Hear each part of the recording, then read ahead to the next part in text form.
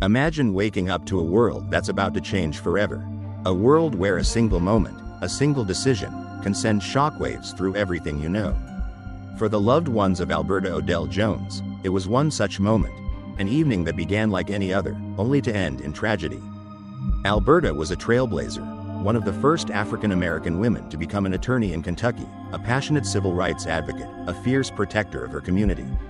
She had spent her life breaking down barriers, lifting up those around her, and fighting for what was right.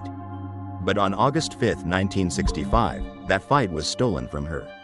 She vanished that night, only to be found days later, her body floating lifeless in the Ohio River. At first, they called it an accident, a drowning, they said. But when investigators pulled her from the water, they found something much more chilling.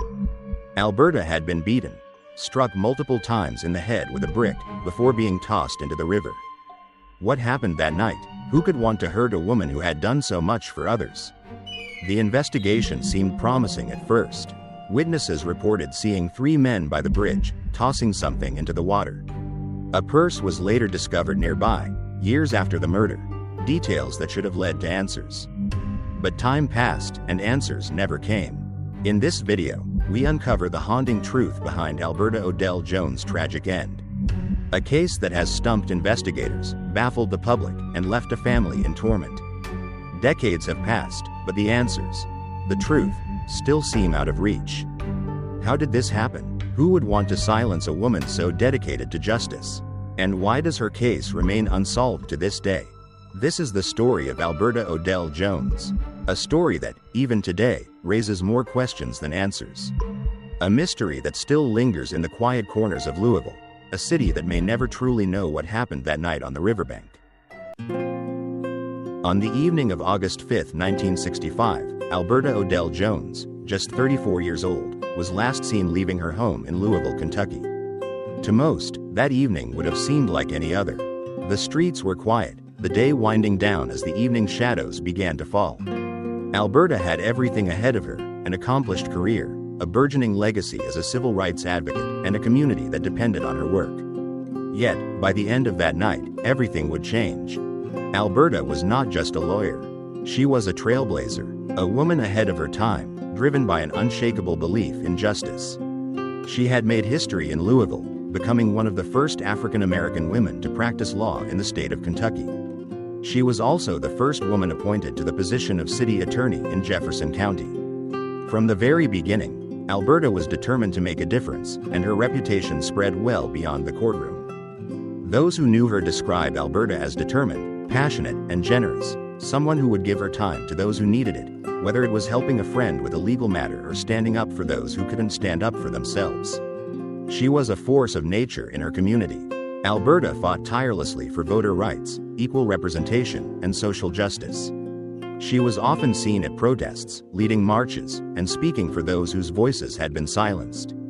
Her work with organizations like the NAACP and the Urban League was only the beginning of what would become a lifelong commitment to equality.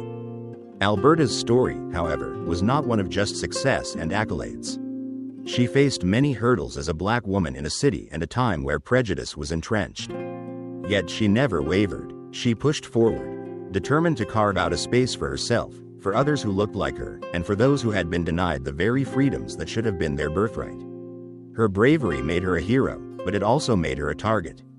It was in these very streets, where she fought for voting rights, where she stood for equality, that her life would take its darkest turn. Alberta had spent the evening of August 5, 1965, preparing for a meeting with a friend about a lawsuit she was handling. It was a routine evening for her, nothing to indicate that it would be her last. She had told her family she would return home later that night, but she never did. She was last seen leaving her apartment, the evening wearing on, the city settling into its usual nighttime rhythm. But when her rental car was found parked several blocks from the Sherman-Minton Bridge, something didn't add up. The car was bloodied, yet no one had seen anything. No one had heard anything. The only clue was her vehicle, abandoned and alone. For days, Alberta's family waited. Her friends searched. And then, 3 days later, the unthinkable happened. Alberta's body was pulled from the Ohio River. She had been brutally attacked, struck repeatedly in the head with a brick before being thrown into the water. The autopsy confirmed it was no accident. This was murder. A woman who had fought so hard for justice, for the rights of others, for equality, silenced before her time. A community shaken. A case left unsolved. Who could have done this? Who would have had the motive to end her life so brutally? And why, even now, do we still not have the answers? It was just another Thursday evening, a quiet night like any other. The clock ticked on, the city's rhythm barely disturbed by the usual hum of distant traffic. Alberta had no reason to suspect anything was different. She was leaving her apartment, meeting a friend, nothing out of the ordinary. The time was somewhere around 7:30 p.m. A brief exchange, a promise to return home later. Then, just like that, she was gone. It wasn't until the next morning that anyone truly realized she was missing. Alberta had been known for her punctuality, whether at work, with friends, or her constant advocacy for civil rights. But on this night, there was no sign of her return. Her phone had gone unanswered. Her absence, unexplainable. At first, her friends and family thought little of it. They assumed she had stayed late, perhaps caught up in a conversation, or even gone to dinner with someone. But as the night stretched on, and Alberta failed to appear or make any further contact, the concern began to grow. Hours passed. By dawn, the search was on. What followed was a frantic, city-wide search. Friends scoured every corner of Louisville's West End. Her colleagues called hospitals, hoping for any news. The police worked through the night, trying to piece together the few details they had. Alberta had left her apartment, but where had she gone? Who had seen her last? And then, a discovery. Alberta's rental car, parked some distance from the Sherman-Minton Bridge. Blood was found inside, a pool of it. A trail of confusion and fear began to form. Was this where she had stopped? Had she been attacked here? Or was it merely a sign that something even unsettling had taken place? For days, the investigation seemed to stall. No witnesses, no clear leads, no answers. The police scoured the area near the Sherman-Minton Bridge, hoping to find something, anything, that could explain what had happened to Alberta. And then, 3 days later, the answer they feared most. Alberta's body was pulled from the Ohio River, but it was not the result of an accident, as some had initially believed. The autopsy confirmed what many had hoped wasn't true. Alberta had been brutally attacked. Her skull was fractured, several heavy blows to the head, a brick used as the weapon. She had been knocked unconscious, thrown into the river, and left to drown. It was clear now, this wasn't an accident, it wasn't a random act of violence. Someone had killed Alberta Odell Jones, and they had left no sign, no clear trail, no motive, just a body in the river. And the question now loomed larger than ever. Who could have done this, and why? Days turned into weeks. The case became a mystery that rattled the city, its unanswered questions leaving everyone on edge. The public turned its eyes to the investigation, eager for answers.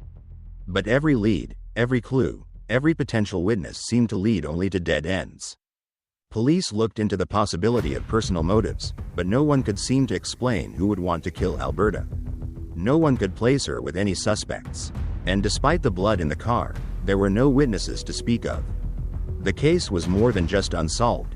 It was as if Alberta had disappeared from the world without leaving a trace. A missing piece of the puzzle, gone forever. As the investigation stretched on, the only certainty was this: someone had killed Alberta Odell Jones.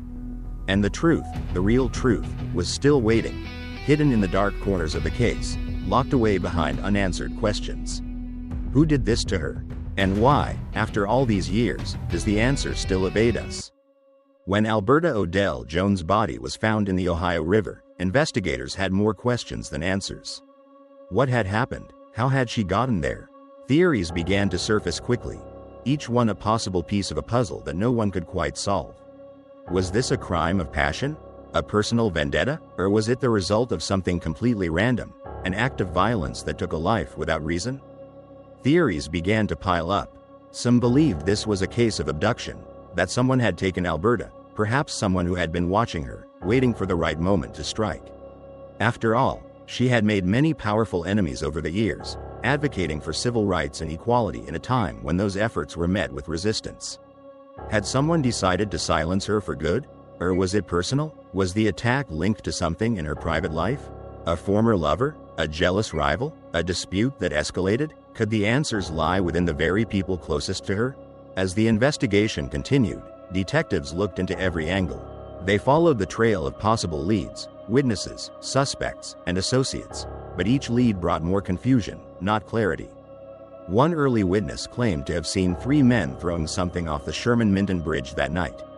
A body? Was it Alberta's? Or was it another figure? It was all uncertain. No one could say for sure. The further detectives dug, the more perplexing the case became. Alberta's rental car was found several blocks away from the bridge. Why had she parked it there? What was the connection? Inside, the blood seemed to suggest a struggle, but there was no trace of her attacker. No fingerprints, no obvious signs of a violent confrontation. It was as if she had been carefully left there, almost deliberately. And then there was the blood in the car. Police couldn't determine whether it was from Alberta's initial attack or from something that happened after she was thrown into the river. It seemed as if the trail she left behind was designed to confuse, to mislead. Or perhaps, the lack of evidence was the point in itself.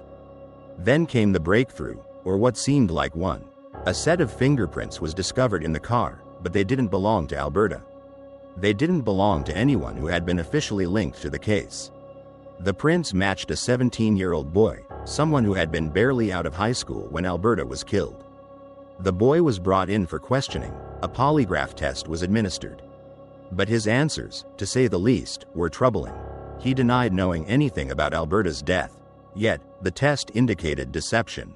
He knew more than he was willing to admit. Was he the key to unlocking the case? Or was he merely another red herring in a trail that led nowhere? But even with the boy's questionable involvement, the case seemed to stall once again. Despite the polygraph test, despite the evidence that suggested he might know more, the authorities didn't pursue the lead. Why? The investigation continued, but there was no resolution. No arrest, no clear suspect. The case seemed to lose momentum, slipping through the fingers of the very people sworn to solve it. And then, just as hope seemed lost, a breakthrough in 2008, the case was reopened. Fresh investigations were launched, and new evidence was sifted through. Yet, despite this renewed effort, the core of the mystery remained locked away, as if it had never been touched.